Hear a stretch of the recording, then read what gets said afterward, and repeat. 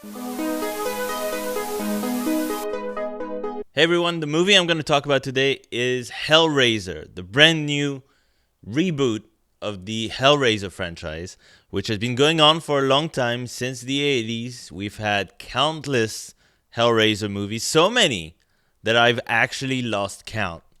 I know at one point there was 9 of them, and I don't know if they kept making them after that. They might have made like one more, and this is technically like the 11th one or something like that. It's ridiculous. And honestly, most people have probably seen like the first couple, maybe, including me. I've seen HELLRAISER. I've seen HELLRAISER 2, HELLRAISER 3. I went as far as HELLRAISER 4, which was the space one. And after that, just didn't keep up with it. There's too many movies. Way too many movies. I'll get around to them at some point. But anyway, a reboot of HELLRAISER was kind of in the works for a long time, right? So I kind of knew this was coming at some point. I love the first movie, by the way. I really like the second movie as well. I think they're really good, really original, really crazy horror movies. You know, it's like it's Clive Barker, so it's gory. It's kind of pretty out there. It's got this kind of Lovecraftian kind of body horror kind of deal as well, but it's also got science fiction attached to it. It's a whole thing, okay? Yeah, so I was not too mad about them doing a remake. I just assumed, first of all, I assumed it would be a straight up remake, just retelling the story of the first movie. And I'm just numb to it at this point in terms of horror movies. Like, horror movie remakes are usually quite bad, definitely worse than the original. So I was just kind of like, whatever. I mean, the original movie still exists, still out there. They'll make a crappy remake. We'll forget all about it, and that'll be that. So this movie came out to Hulu, another movie that's straight to streaming networks that I can't see on the big screen. Thanks a lot, 2022. Oh my god, this year keeps on sucking. It keeps releasing these movies that should be on the big screen. But no, you have to watch it on your crappy little laptop or on your, crappy television. I don't know. It's not the same. Anyway, so I sat down, watched this movie. Longer movie than I expected. I believe the original was like an hour and a half or something. The original always felt kind of like pretty short. Like, it didn't overstay its welcome. This is a longer movie, and it does have kind of its longers, kind of like in the second act. But I'll get to that. The movie follows this it starts off, and you've got this millionaire guy, okay, who's kind of a perv. We get the feeling he's into some wild stuff, and he gets his hands on the box, the kind of puzzle box that unleashes the Cenobites, the kind of like Pinhead and the other kind of like weirdos from another world dimension thing. Anyway, they're these kind of like how do I describe the freaking Cenobites? They're a bunch of tortured, constantly in pain, but they're basically like angels who like test humans with the flesh and you got to read the book. Please read the book, okay? I can never explain. And they're all dressed like goths, but their skin's hanging out. I can't get into this right now, okay? Let's just get to the movie itself, because damn, if I have to explain the whole lore of this, we'll be here for another week at least. No. So he unleashes this power, right? And then we kind of skip to present day. This turns out to have happened a little while ago. And now we follow this girl who is, she has a boyfriend, and she's kind of like, she's got roommates and everything. And she's played by Odessa A-zion, who is Pamela Adlon's daughter. And she's good, actually, in the movie. She's good. At first, I didn't really know what to make of this character and this performance, but she's good. Like, she definitely takes after her mother. You know, I can definitely see some of that Pamela Adlon energy in her performance. This kind of tomboy thing, which, of course, Pamela Adlon has as well. But the performance was good in this movie. And at first, I thought she was going to be one of these characters that just kind of dispense stuff, like, pretty quickly. But no, she turns out to be the main character, and the movie, it's a good thing for the movie because some of the other characters don't stand out as much. So I'm happy they chose her to be the main character of this. And what happens is her boyfriend, who is kind of dodgy himself. There's something off about the boyfriend. We don't really know what it is. He, she's in very desperate times, getting kicked out of her apartment, whatever. She goes on kind of a heist with him, with the boyfriend, and they get their hands on the box, which turns out to have been a huge mistake because the people around her start touching the box, and the box is obviously, it's a trick. Like, if you touch it, it kind of pokes you and drains your blood, and it unleashes Pinhead and the others on you. So you don't really want to get your hands on the box, okay? Once you get your hands on the box, you're pretty much screwed, okay? So she does that, and she's having a tough time handling all of this, of course. Her roommate dies. On the lady who gave the box to the millionaire dude at the beginning, she dies. People just start dying, and they don't just die. Okay, they die in horrifying ways. Like, a bunch of chains will just appear out of nowhere and freaking, like, go through their bodies in, like, weird freaking angles, and then the flesh gets ripped off, or they get cut in half. Just, like, all kinds of just ridiculous, gory ways. And Pinhead will show up and be like, they chose poorly. I don't know. And the new Pinhead is played by Jamie Clayton, who I only know from Designated Survivor, and she was very good in that, and she's good as Pinhead. I actually like this casting choice. She is good, and she was good in Designated Survivor as well. So yeah, she's got a good presence to her, and she does the character justice, I think. I do miss the kind of the kind of how weird the original Pinhead was, where he's just got his like ripped nipples out, and he's just like this old dude in like this goth robe. I do miss that. I do miss that. She's got something else going for her. She's kind of like more of a. She looks more like she's like a bald skeleton with a like kind of fashionable bones and muscles protruding out. Like she's like this sexy, S&M monster, basically. So it's a slightly different kind of thing. The original freaking Pinhead was not all that, okay, in terms of looks. Let's not body shame the original Pinhead, but yeah.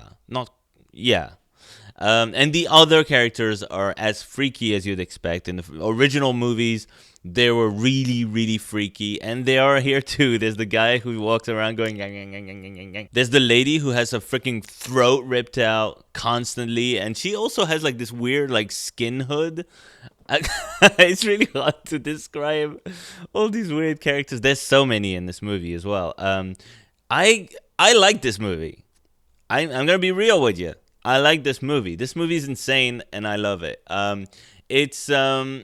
I think it does a really good job at taking what we liked about the original Hellraiser movie, like the first one, and also taking what we really liked about some of the sequels, like the kind of like expansive kind of lore of it, and the epicness of the lore, and all the other characters, right? The other like weird looking characters. Because in the first movie, you really only see kind of 3 of them or something, but there's a whole bunch of them. There's like a whole world of these people, and I feel like this movie went big, and I appreciate it for that. While at the same time, kind of like paying homage to the classic Hellraiser stuff, but bringing in a new audience in a clever way. Because at first, like, when the movie begins and we get to the part where the girl gets her hands on the box, I was kind of worried that the movie was going to alienate kind of a new audience, because at that point, they haven't really explained anything. Like, you don't know what the hell the box is. You don't know, like, I was worried they were trying to be too mysterious with it, to the point where people by the end will be like, I don't know what the fuck this means, you know? But they do a good job kind of explaining the kind of story of it bit by bit, drop by drop, you know? So you're never like completely lost. And in the second half of the movie, you get the goods. You know, there's a lot of stuff going on. You see a lot of Pinhead and the others, lots of blood, lots of gore, body horror all the way. This movie is not shy at all. And it really feels like a Clive Barker movie as well, which, you know, is a plus. Like just the way the characters talk and the way the movie moves, etc. The rhythm of it, just the pure kind of madness of it. It just felt right. You know, it felt like they really got the right vibe and the right tone and the right look of things. If I had to nitpick, you know, this movie to death, the only kind of two things I would criticize the movie for. There's like one of them is I think it's a little slow in the middle. There's a bunch of scenes in the middle of the movie where the girl is just kind of like wandering about in the dark and she doesn't know what's going on and she's trying to figure it out. And, you know, it takes a little bit of time to get to that third act, okay? But you know, in the second half of the film, enough stuff happens. Like once the crazy stuff starts happening, it kind of never stops. So it's not a big deal. It's just kind of like in the middle of the movie, just kind of go, you know, grab a beer or something, come back. If you miss like 5 minutes, not a big deal. Okay. The other thing that's really a nitpick, the look of the Cenobites is awesome, and like the makeup effects and everything is awesome. I would just kind of like it's going for a very kind of like polished look for the Cenobites. At least Pinhead and a couple of others, where like it's not just kind of like skin and blood just bursting out everywhere. It's almost like there's a layer, there's like a sheen, there's like a layer of bone over everything. You know, it's just like the costumes needed to be rougher, just a little bit rougher, you know? Like, we needed to really feel like this is blood and guts and raw muscle, you know?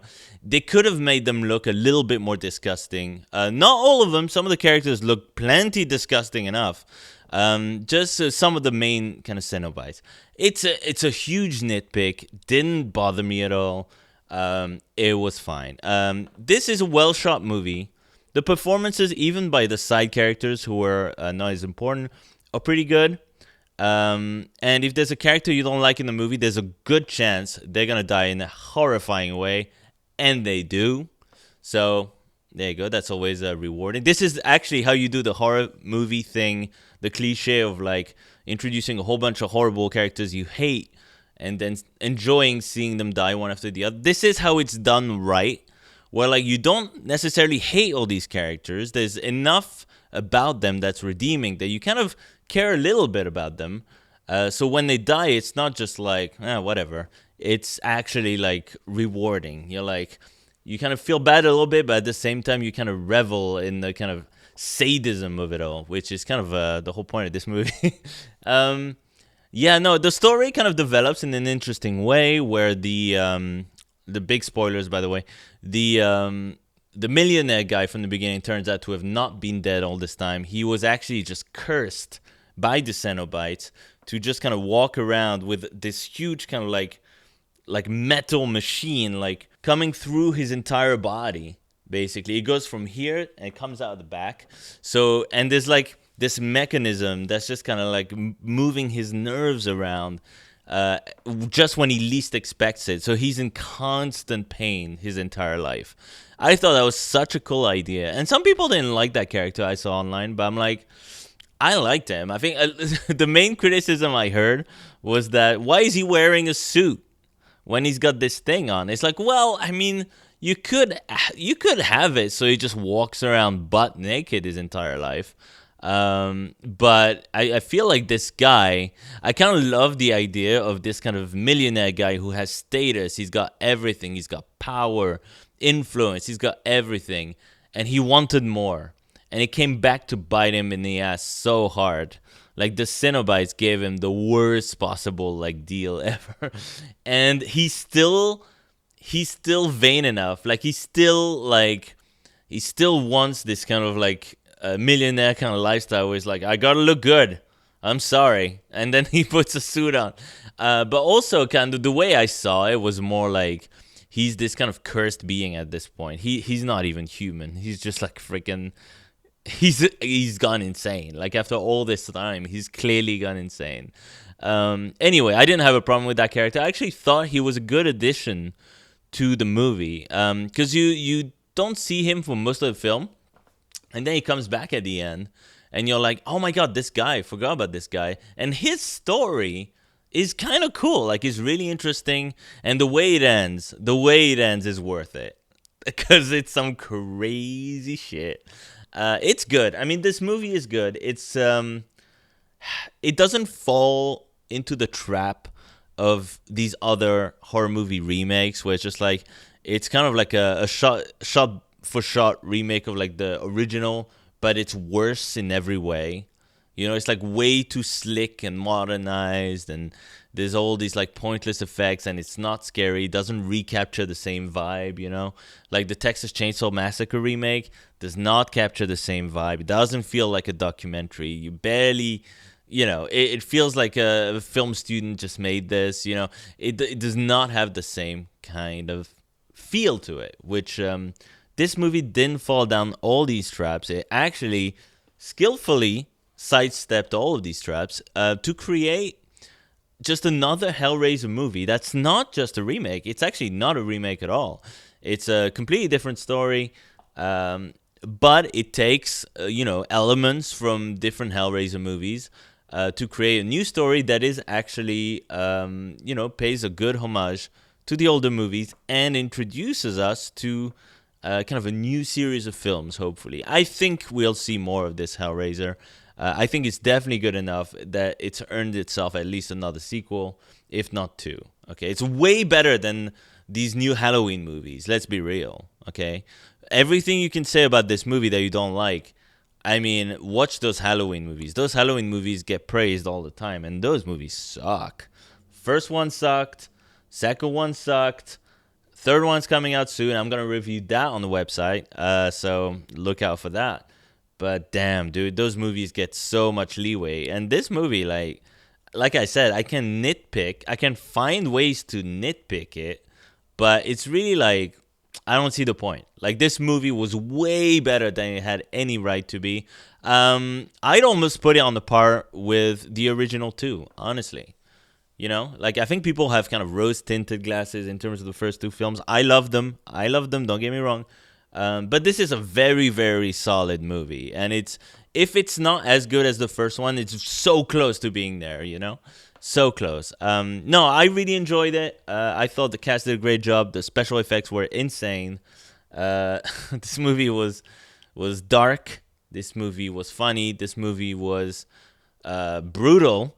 Very brutal. Very gory. I think horror movie fans will have an awesome time with it, honestly. And if you don't know anything about the Hellraiser movies, this is actually not a bad place to start.